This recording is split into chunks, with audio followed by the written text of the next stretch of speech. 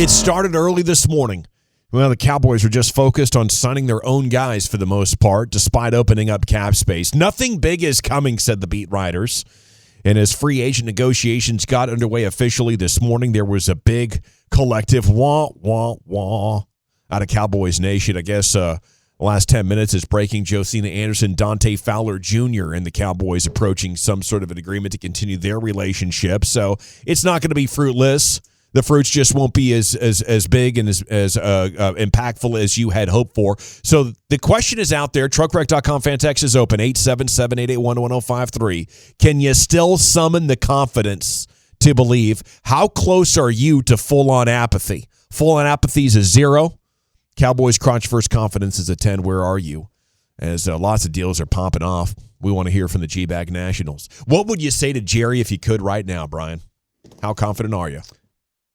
Oh, I think he really would like to get the Odell Beckham thing done. I don't know if anybody in the organization is dancing with him on that, but how confident would that make you? You know what? It wouldn't make me overly confident. But the problem I run into is the minute I tell you I'm not overly confident, I'll tell you I'm not overly confident in what's going on at wide receiver in this draft. Yeah. So that's my problem. I'm trying to think of other avenues. That's why I was talking about the guy down with the Texans or, at Arizona. You need another playmaker. I need That's another gonna impact playmaker. your confidence. And I was okay with Odell maybe coming in last year and kind of seeing where we're at. I don't know if I'm as confident in that right now. All righty. So that's where I'm at with that whole thing. At 877-881-1053. Can you summon that confidence, Wolchuk? I know you're trying to get back on that train.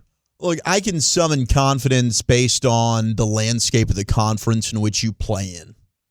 Because I don't think that the conference is getting weaker, right? Like if Aaron Rodgers, and that becomes official with the Jets, which was reported when we kicked off the show, but things are still kind of, is it official? Is it not official? But if he ends up leaving the conference, then you're looking at okay. I mean, again, there's another team now, unless all of a sudden Jordan Love ends up being amazing, that you're probably not having to contend with. Yeah. So I think you have a great opportunity here if you wanted to be aggressive to go get it.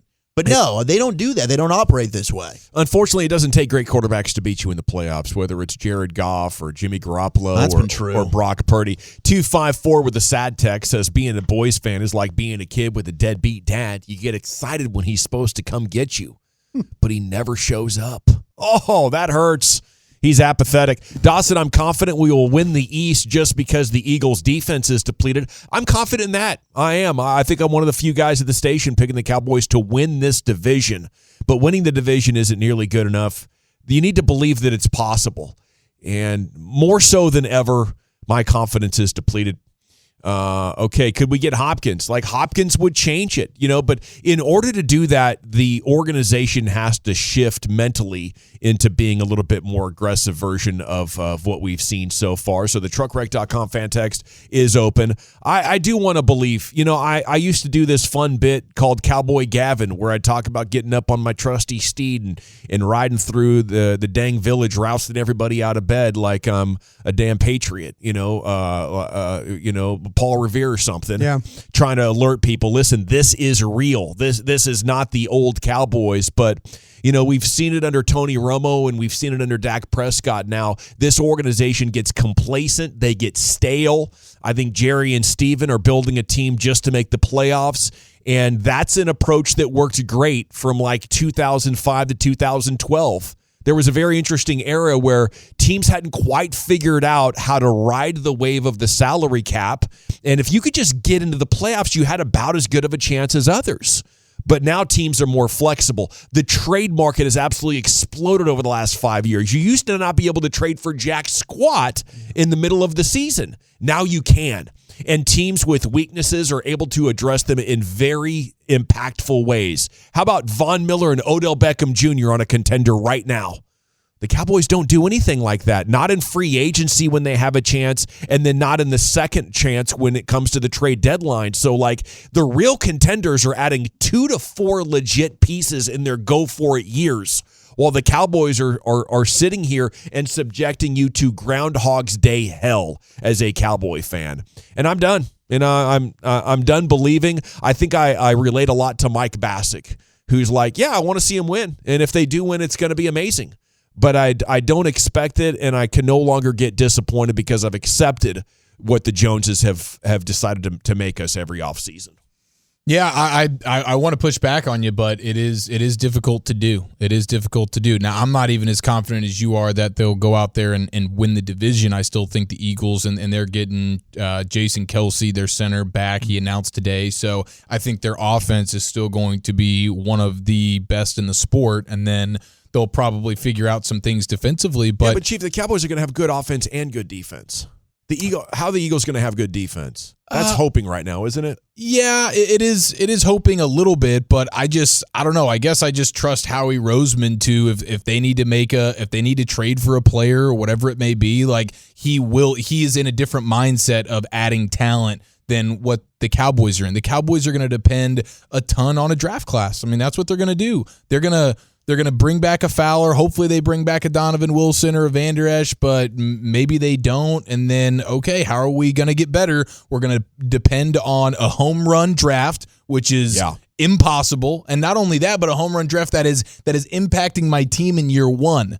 It's not, hey, when I look back in 4 years, I see, hey, all these guys turned out pretty good. It's in year one, I need like 4 or 5 guys to be legit contributors to my team right now, and that's way too much to ask of an entire rookie class.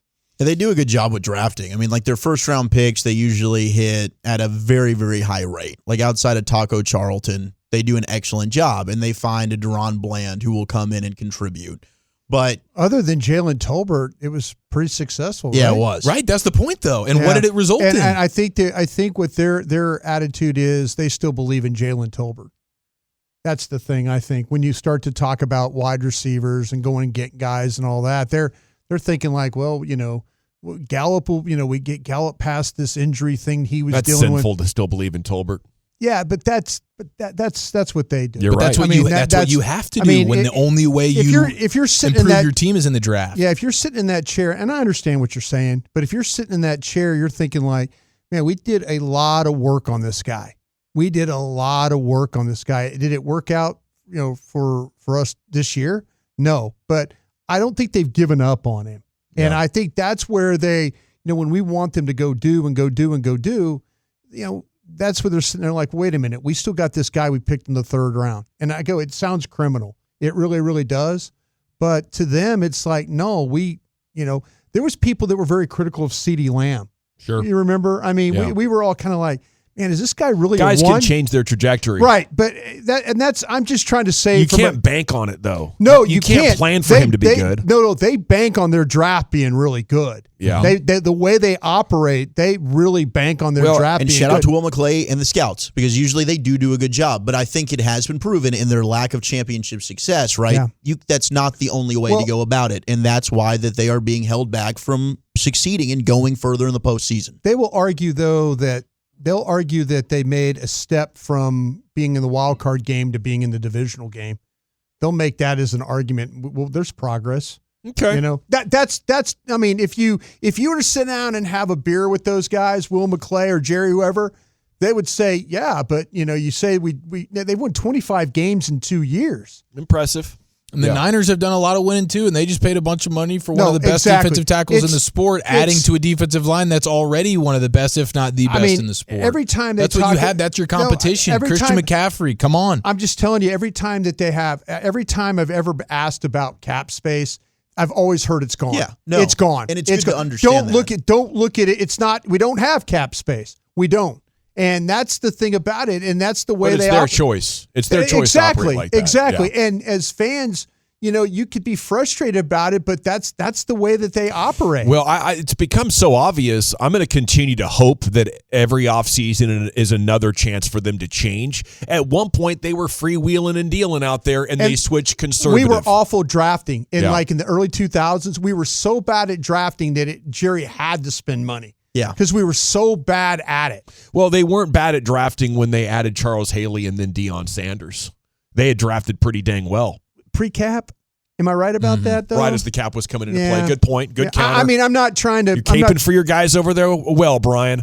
I'm just saying, though, to me that and being in that chair, I can understand where they're at. Yeah. I can understand. I didn't have the success that Will McClay had, but I understand why they do what they do. And I mean, I trust me, I want them to go get DeAndre Hopkins. I really do. But I know how they operate, and that's. No, thank goodness for Will McClay. I don't think they'd be anywhere near as good in terms of having the success and wins that they've had if it weren't for him. I think he's saving this thing and keeping it afloat. And Gavin, congratulations. It sure in the hell ain't Mike McCarthy. I got a congrats coming? What happened? Well, you called what their first move would be. What is it? They've restructured the contract according Michael to Gallup? Todd Archer. I did it. Of Michael Gallup. I did it in crosstalk. Creating $7 million in room. That is hilarious. He manifested with it. an $11 million base salary. Archer says this was always the design of the 5-year contract he signed last year. The team believes Gallup will be much improved second year removed from ACL surgery. Listen to that, Trayvon Diggs. Your contract money is here. Now, Gavin, just know you got your draft paid for. That's right. Hey, we yes, got that our draft is paid for. Sorry, Trayvon. Yeah. We got to restructure somebody else to get you in here. 972, not confident in the Cowboys. They won't do anything with Dak and his horrible contract. 940, Cowboys only have good offense half the time. Well, for the balance of the season, statistically, they have a good offense. I hear your point, though. Against good defenses, they won't have a good offense. Yeah, and now you have the new play caller situation. So who knows? That could be really, really good news. That could be okay news. That could be terrible news. Well, there's remains hope to be seen. There's hope in changing the coaching staff a little bit, the offensive philosophy. What's that going to do for Dak? And then there is hope with the draft. Like the Saints did nail like 4 all-rookie team guys, and 3 of them were Pro Bowlers. That happened like 5 or 6 years ago. Ramczyk and those guys, yeah. Yeah, sometimes you have an amazing draft.